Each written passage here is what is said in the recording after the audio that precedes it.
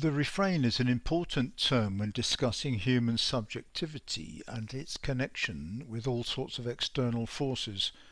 A lengthy discussion is found in Plateau 11 of A Thousand Plateaus, that's Deleuze and Guattari 2004. Incidentally, all the references are on the transcript. There's also a rather similar chapter in Guattari's own version of the discussions he had with Deleuze, and that book is called The Machinic Unconscious, that's Guattari 2011. Let's start with negotiations, that's Deleuze 1995.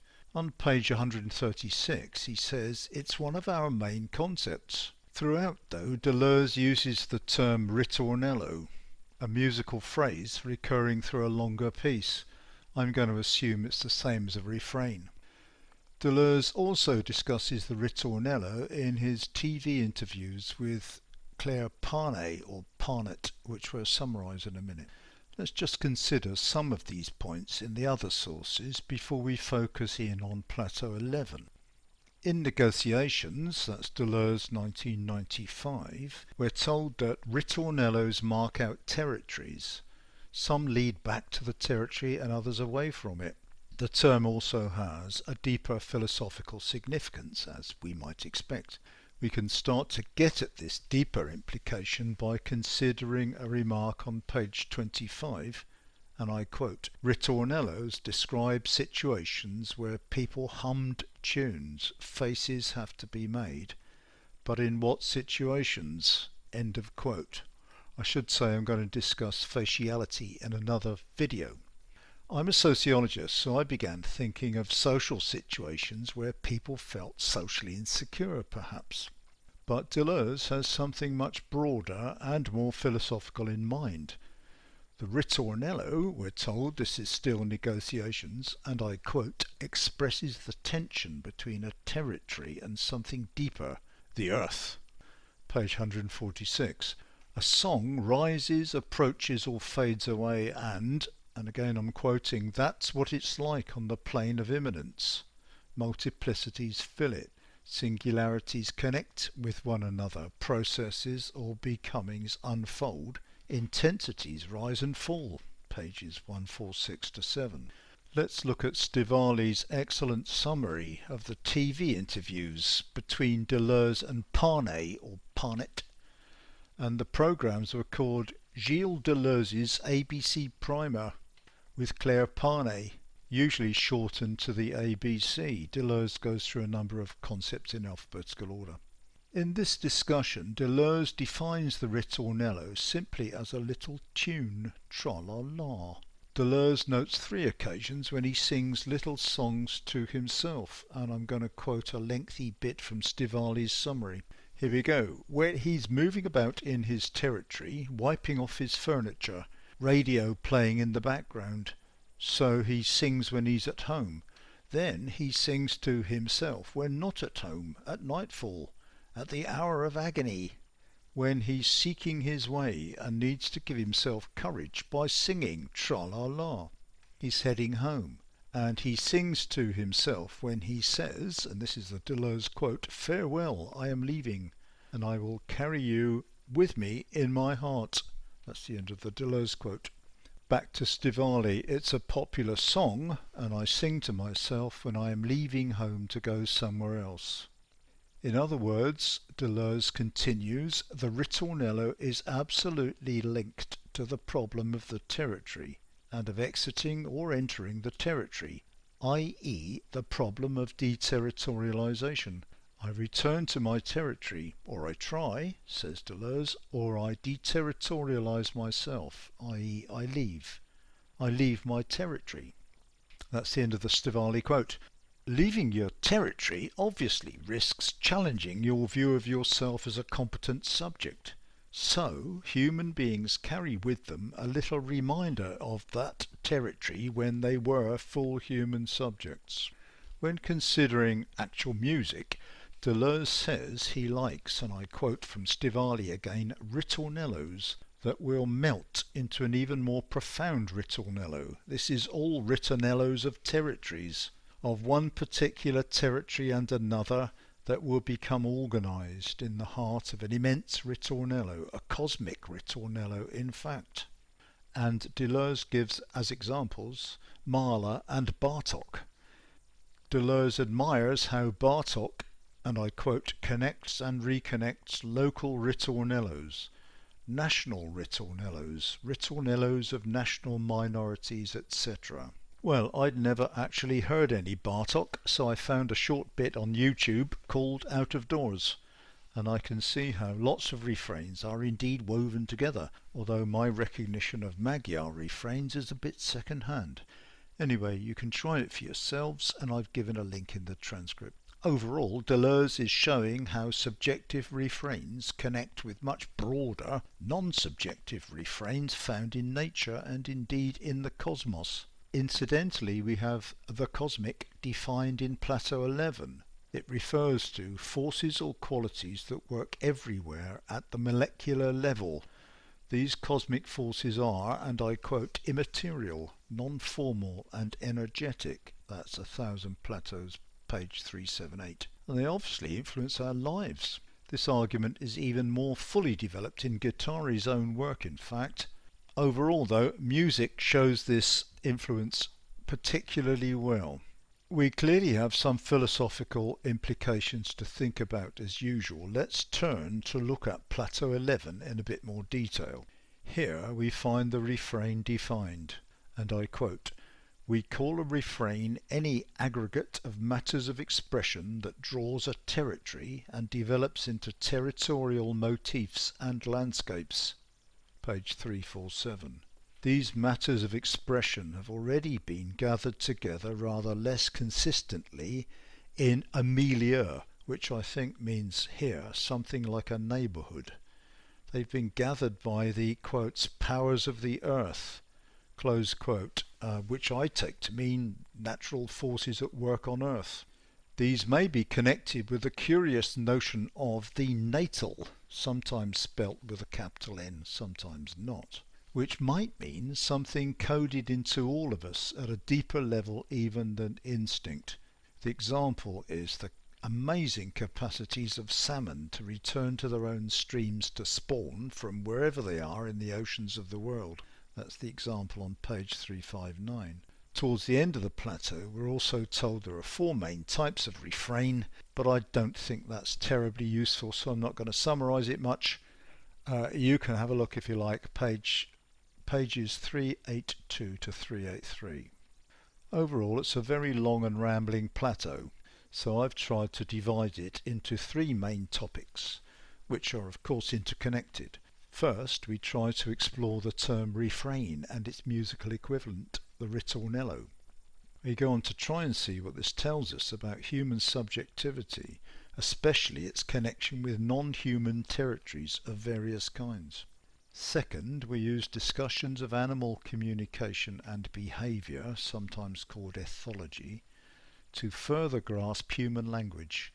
This will not be seen as unique, but as part of a general form of communication that all animal species possess. Finally, we see how the arts, especially music, can be seen as an aid to general philosophizing, and it will help illuminate the other two topics. Overall, I think the point is that Deleuze and Guattari want to place human language and human subjectivity in a much broader context. First of all, to put it back into the animal kingdom, and ultimately to place it back in the entire material world. Of course, that's just my view. It's only one option as always. Let's try topic 1, the refrain or ritornello. The examples we're given include children singing to comfort themselves in the dark, or various rituals and chants for adults as well. What do these refrains do? They restore a centre to a threatening and turbulent situation, ultimately a chaotic one. You'll remember that, in my view anyway, that's what the universe really is for Deleuze and Guattari, a chaos, a chaosmos, stabilised by nothing, no God, no essential structures. The centre appears first of all by constructing a milieu, then a territory enclosed within a boundary. It's still a fragile boundary, still threatened from outside and inside. A series of these territories form the basis of our normal position in the world, our life world, our identities. It struck me as rather similar to the idea of our subjective worlds as folds in external reality, hemmed in spaces that become personal. And Deleuze says this is what Foucault is trying to tell us. This is explained in Deleuze's book Foucault, 1999. However, the refrain is movable, and this helps us to territorialize again wherever we are. Now, this gets a bit confusing possibly. The refrain is territorial because it's associated with a territory, but we can extract it from that specific context so that it becomes a little tune on its own. Because we don't just inhabit one territory, we can then repeat comforting little refrains in any new situation. Remember, they're not just songs, but bits of behaviour as well. We've deterritorialised the refrain. We've taken it out of its original context. Now at this point I'm going to add a few bits from Guattari's 2011 discussion, The Machinic Unconscious. This sort of flexibility I've just discussed can provide us with the illusion of a universal capacity to make sense of anything, to be able to use our linguistic systems, generally speaking, to signify anywhere. This is going to be both something that preserves familiar thoughts and routines wherever we are. I thought of a stereotype. Guattari talks about domestic routines. But there can also be new possibilities for thought, the start of a new abstract diagram of events. This term diagram crops up a lot in the work, and I think it shows how events actually fit together functionally. Say, for me, how a four-stroke engine works in a cycle of events. We can demonstrate this in a diagram with little pictures of pistons, flywheels, valves and gas flows. Or we can do it even more abstractly with a series of equations representing physical forces. Once you've grasped the principles, you can think of new options, rotary engines, say, where a rotating triangle replaces a reciprocating piston. A thoughtful consideration of our collection of refrains and when we use them might prompt practical theorizing of this kind, as long as we abstract from them. Refrains, we are told, can even set off a rhizome to pursue all sorts of radical possibilities. Now, we're not given any homely examples in Guattari, so I've had to supply one of my own. I've very often seen managers in education performing little comforting rituals in meetings. I assume it's to reassure themselves that they're doing a proper job. They are exhaustively and pointlessly going through the minutes of previous meetings, for example. This has prompted me to think of why management has to be like that, so ritualistic, so hierarchical and threatening. And this might be, for me, the beginnings of a rhizome to break out of subservience. Not that I need much prompting. Let's go back to the possibilities of ritornellos in music. A ritornello is a familiar tune, a phrase returning to remind us of main themes or earlier stages, not always in the same key or sequence of notes. We can see how they can lead to additional thought in the example of Proust's novel, where a catchy little tune makes recurrent appearances in the life and times of Swann. Now, Proust, I think, is quite an important source for Deleuze and Guattari. As well as quoting him in Plateau 11, Deleuze has written a whole book on Proust, small one, mercifully, that's Deleuze 2008. And Guattari has a long closing section on Proust in The Machinic Unconscious, so it's clearly an important issue for them. I think the whole discussion of faciality in another video makes much more sense if you see it initially as based on examples found in Proust. So here's my take on the example of the ritornello in Proust. As a Monty Python fan, I have summarised the whole Proust novel on my website. Reference if you want it. Here we go then. Swann and everyone else in his social circle associates a particular little tune played on a violin with his great love, Odette. The tune is playing when they meet for the first time and quite often afterwards as well. There's a familiar subjective meaning here. It becomes their tune. It means their relationship. It is a placard in the terms of Plateau 11. However, Swann has to manage his obsessions with Odette because they threaten to take over his life. And the little tune plays a part here too. Swann eventually encounters it as a part of a much longer piece, a sonata, perhaps as even a septet. It takes on additional significance there. It becomes a component relating to other components in purely musical terms. So we know how this happens. A tune can counterpoint another tune, it can harmonise with it, extend it, or if you like, generally comment on it. This gives little tunes a non-subjective meaning, a machinic one, not just something that immediately signifies a human relationship, but much more to do with possibilities raised by theoretical combinations of elements in music.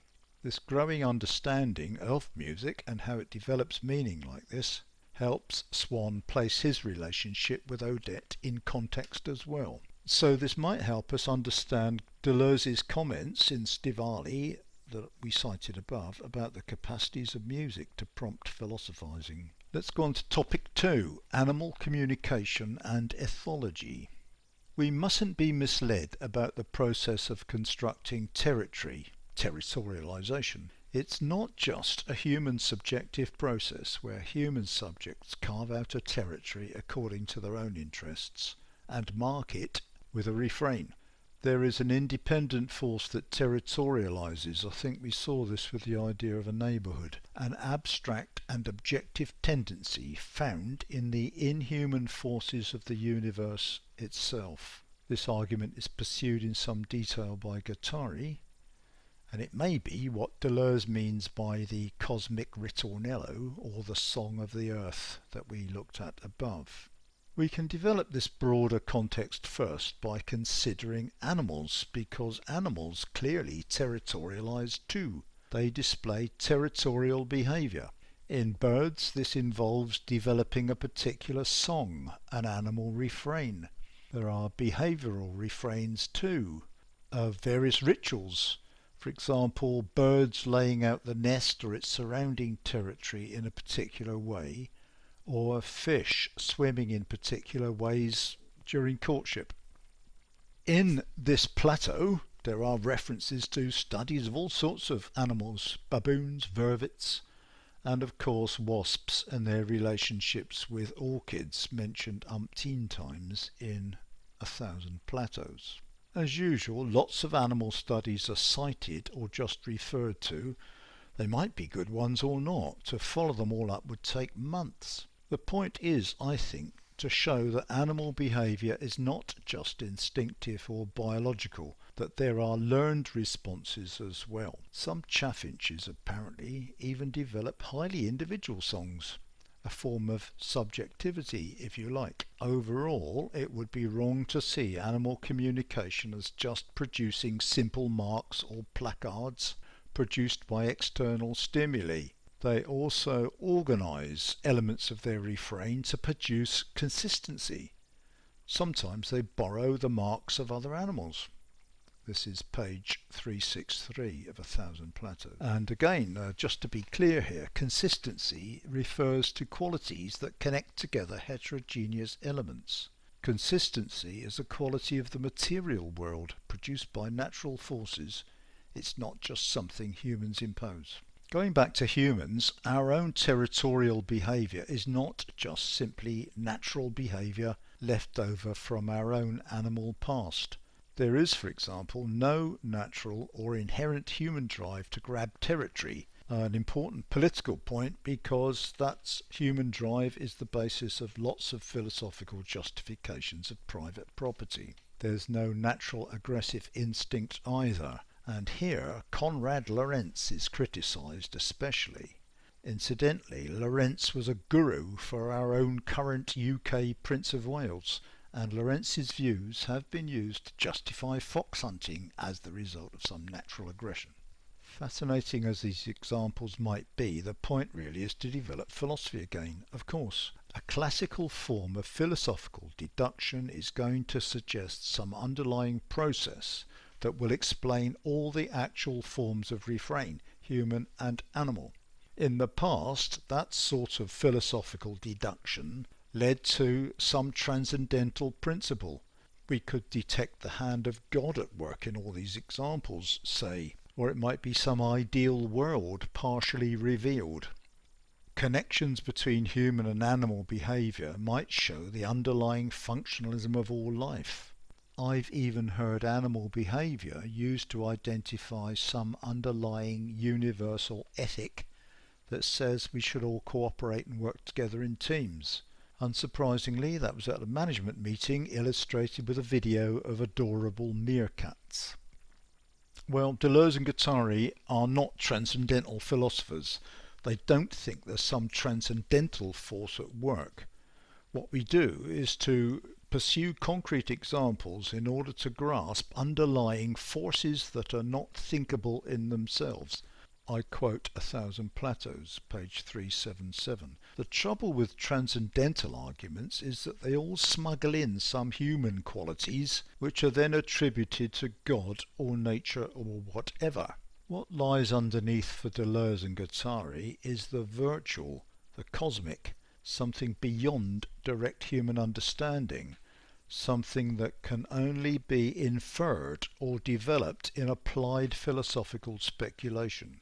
We can think of processes in the virtual as machines, that is, as combinations of abstract forces that interact to produce something more concrete, as a particular possibility. So human and animal behaviour, in this case, can be seen as products of an underlying, and I quote, whole behavioural biological machinics. That's page 362. Communication by both humans and animals show, and I quote again, the synthesis of heterogeneities, page 363. These syntheses include lines or coefficients of deterritorialization, passages and relays towards other assemblages, page 367. They also include heterogeneous molecules, the material bases for communication. Now we've seen the term molecular above. I think what it means here is anything operating at a level below the molar social order. Living creatures can convert these components into self-consistent aggregates, page 370, while non-living assemblages are every bit as complex but are stratified only by outside forces. Guattari 2011 is particularly insistent that there really is nothing exceptional about the origins of human language or subjectivity for that matter. We're not completely separate from animals or from the material world. It follows that politically we should not be claiming that our human subjectivity is the basis of our freedom and creativity, because it's nothing special. As he says, and I quote, freedom is not created with subjectivity. That's page 127 of his book, The Machinic Unconscious. Instead, freedom is much more practical matter. It's a matter of, and I quote, the give and take of quanta of deterritorialization emitted by refrains and carried by the ensemble of the components of an assemblage. Classic Guattari sentence, page 128. So politics is a matter of negotiating degrees of freedom, especially in micro-political confrontations. And this is going to involve examining all the components, both molecular and molar, and especially those of abstract consistency. This is going to be far more profitable than thinking of some eternal opposition between subjectivity in humans and biological or economic destiny, or for that matter between freedom, which we have, and innate qualities which everything else has.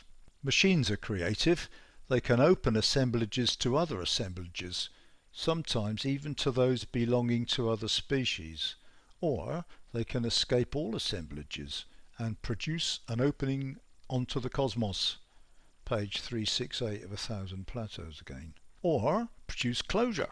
An aggregate can fall into a black hole, and this can happen especially if there is sudden deterritorialization, with no lines to anything outside left, especially no transversal ones. And what happens here is that a person becomes trapped in their own subjectivity, obsessed with themselves, like poor old Swan who just went around thinking how miserable he was all the time, or like the paranoids that Guattari met in his psychiatric clinic. They also warn us that this is the fate of some particularly obsessive and intense writers and artists. Well, I've mentioned the connection between refrains, faces and landscapes, and I'm going to talk about that later. Let's go on to the third topic, art and music. What we're going to do is to consider art, especially music, as revealing this process of actual assemblages operating with cosmic as well as actual concrete forces. Of course, there are going to be political implications, as I hinted above, because it's going to help us free ourselves from capitalist conventions. Art is defined as helping us escape earth and gravity, something that searches for, and I quote, the trace of creation in the created, end of quote, some immanent movement to explain the different aspects apparent in the world. That's page 371 of A Thousand Plateaus. There's a quite interesting discussion of how various artistic movements manage to try and unleash creativity. Modern artists, they argue, do this by opening themselves to the cosmic, trying to depict what cannot normally be represented. So modern music does this, for example, by thinking of drawing on the whole of sound itself, not just those nice notes that are justified by convention and placed into an acceptable rhythm.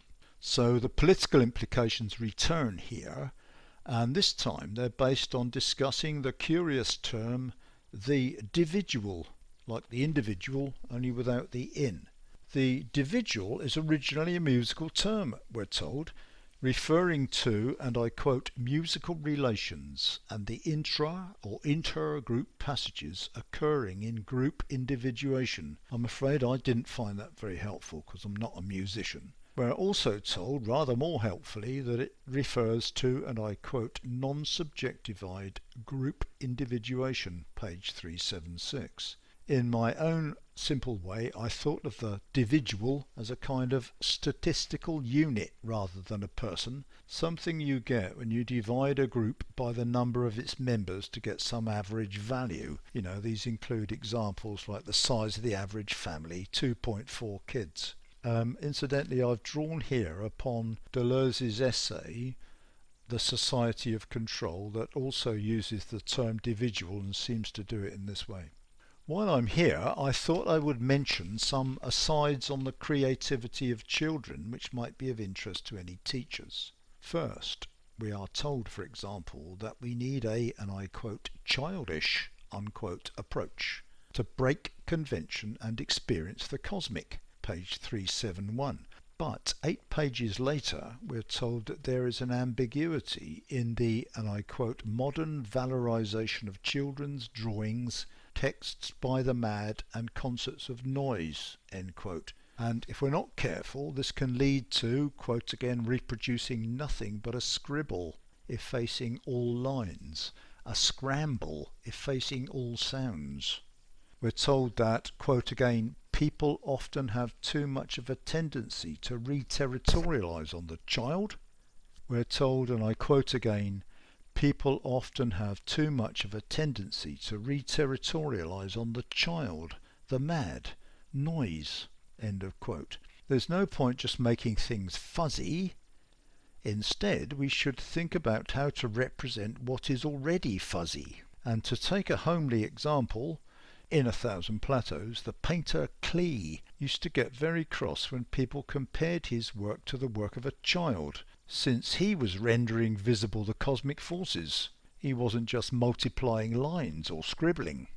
Overall then, we're told that to be creative we need, and I quote, sobriety. Sobriety. it's repeated, that is the common prerequisite for the deterritorialization of matters, the molecularization of material, and the cosmicization of forces. Still quoting, maybe a child can do that, but the sobriety involved is the sobriety of a becoming child. That is not necessarily the becoming of the child.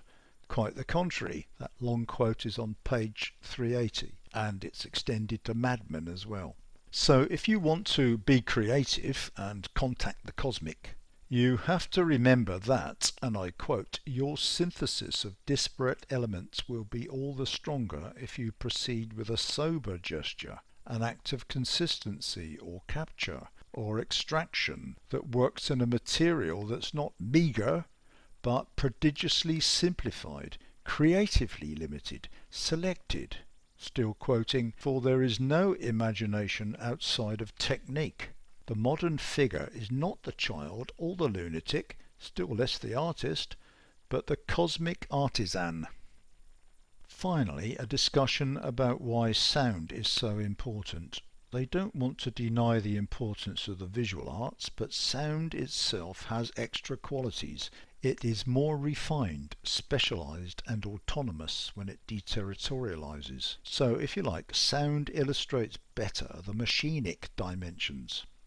I thought this might mean the amazing effects that you get when you combine many sounds in an overall effect when different scores for different instruments combine.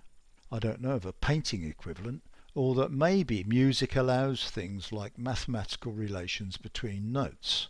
I'm no musician, but I did come across the brief piece by J.S. Bach, the Crab Canon, and this is a nice little tune which can be played forwards or backwards, or both at once, all making perfect musical sense. There's an excellent YouTube video if you want to follow up that one. However, sound also offers us the inevitable ambiguities, and we get the usual cautions. Sound can move a people, but it can also become merely a, and I quote, sickly sweet ditty. When it moves people, it can be used as an anthem for a political movement, but of course not always a nice political movement. There is a potential fascism of music, page 384. The established powers are particularly keen to regulate sounds, while painters are more tolerated in their experiment. However, there's more creative continuity between musicians, even if it is latent or indirect. In other words, musicians build on the work of other musicians, deliberately or not. And I think this implies more of a build-up of critical potential. Right, well, in the postscript to the transcript, I've added a few more references to a lot more discussion about refrains in Guattari's solo works, so you're very welcome to follow those up as well. Just going back to Plateau 11, it's a very lengthy and difficult piece to read, but packed with all sorts of little insights that you might like to follow up for yourself. Best of luck with it if you do.